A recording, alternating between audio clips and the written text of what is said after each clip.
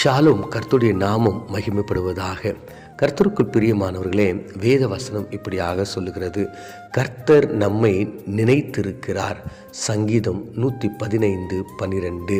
கர்த்தருக்குள் பிரியமானவர்களே, நாம் வாசிக்க கேட்ட இந்த வேத வசனம் ஆழ்ந்த சத்தியத்தை நமக்கு கற்றுக் கொடுக்கிறது. கர்த்தர் நம்மை நினைத்திருக்கிறார்.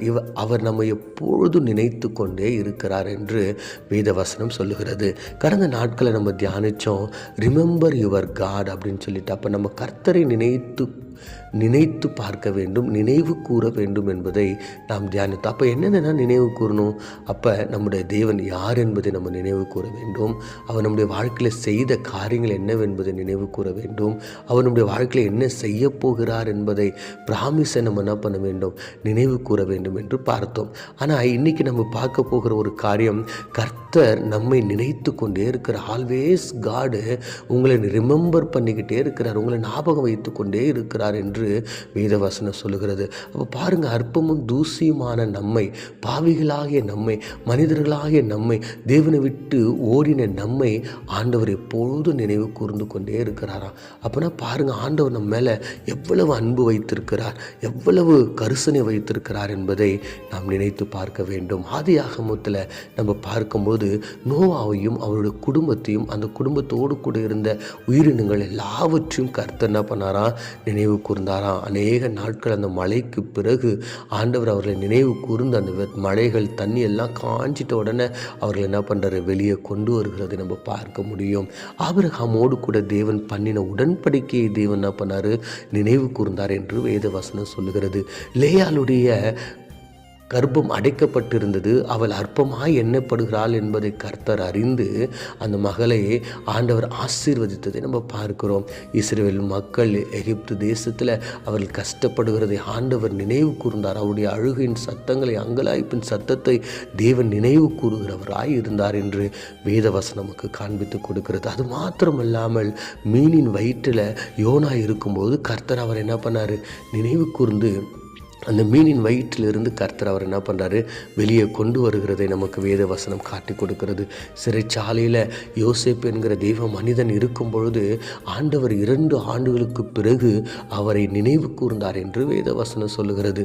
ஷாத்ராக், மேஷாக் அவர்களை ஆண்டவர் நினைவு கூர்ந்தார். தானியேலை தேவன் நினைவு கூர்ந்தார். இப்படியாக வேதாகமத்தில் அநேகருடைய அங்கலாய்ப்பின் நிலையில் தேவன் அவர்களை நினைவு கூர்ந்ததை வேதம் நமக்கு காண்பித்து கொடுக்கிறது. அண்ணா என்கிற தேவ மனுஷியை நம்ம பார்க்கும்பொழுது அவர்களையும் ஆண்டவர் என்ன பண்ணார்? நினைவு கூர்ந்தார். அவருடைய அழுகையை, அவருடைய கண்ணீரை, அவருடைய ஆசைகளை, அவருடைய ஜபங்களை, அவருடைய எல்லா நிலைகளையும் தேவன் நினைவு கூர்ந்து அவர்களை சந்தித்தார். கர்த்தருக்குள் பிரியமானவர்களே, இந்த அதிகாலை நேரத்தில் தேவன் உங்களோடு கூட இடைபடுகிறார். கர்த்தர் உங்களோடு கூட சொல்லுகிற ஒரு காரியம் என்னவென்றால், அவர் உங்களை நினைவு கூறுகிறார். He is always remembering you.